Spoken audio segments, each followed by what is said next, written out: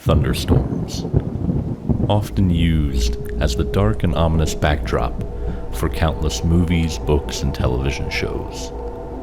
But perhaps for good reason, as these tales will show.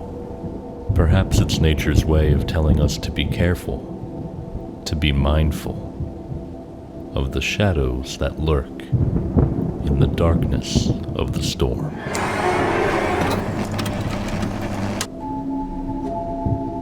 It was supposed to be a peaceful summer getaway at the old family cabin, nestled deep within the woods.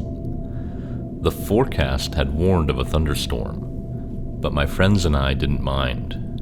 We loved the sound of rain on the roof and the occasional flash of lightning illuminating the dark forest.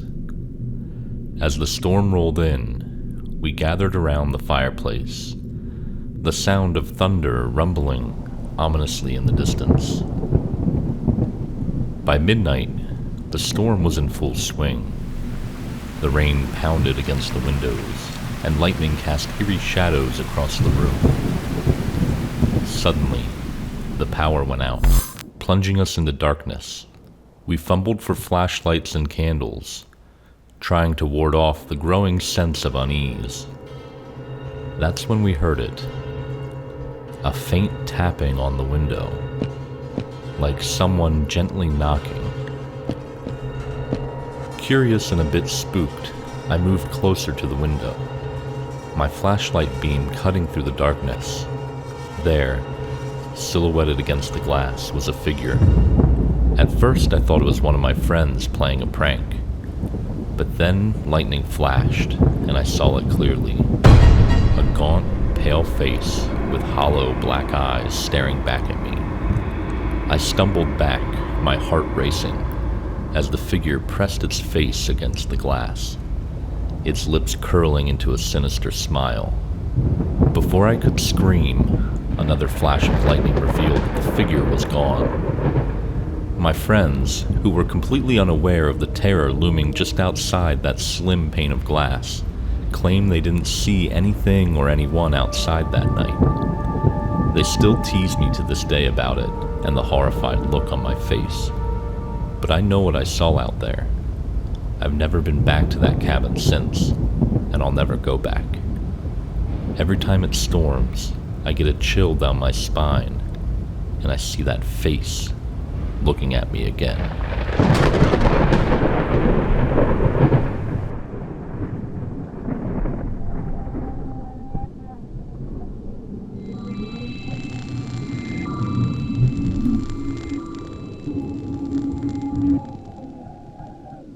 As the summer storm raged on, my car broke down in the middle of nowhere. With no cell service and rain pouring down in sheets, I had no choice but to seek shelter. I spotted an old dilapidated house at the edge of the road, its windows dark and inviting in a sinister way. Desperate and soaked to the bone, I made my way to the front porch and pushed open the creaking door. Inside, the air was musty and filled with the sound of dripping water. I found a dusty old chair and sat down, trying to calm my nerves. Thunder crashed overhead, shaking the walls of the house. That's when I noticed something odd, a faint light coming from the basement. The logical part of me screamed to stay put, but curiosity got the better of me. I descended the creaky stairs, my flashlight flickering in the damp air. As I reached the bottom, I found an old, rusted door slightly ajar. Pushing it open, I stepped into a room that looked like it hadn't been touched in decades. And there, in the center of the room, was an old television set, its screen glowing with static. Suddenly the static cleared, and an image appeared. It looked like poor quality CCTV footage. It was a frail woman, trapped in some small room. Her face obscured, but she looked scared or sad. Her face slowly turned, revealing empty eye sockets and a taped mouth. Before I could react, the power surged, and I heard the slam of a heavy metal door from somewhere deeper within the house. I ran up the stairs, I swear the sound of footsteps echoing behind me. As I reached the top of the basement, I slammed the door shut, just as the storm outside reached its peak. I fled the house and walked 5 miles in the pouring rain till I found a gas station down the road. I told the people working there what I saw, and they called the cops. They took me back to my car and checked out the old house. The police said they found the TV in the basement, but it was smashed, and no one was in the house. I don't like thinking about what I saw that day, or what could have happened if I did not run when I did.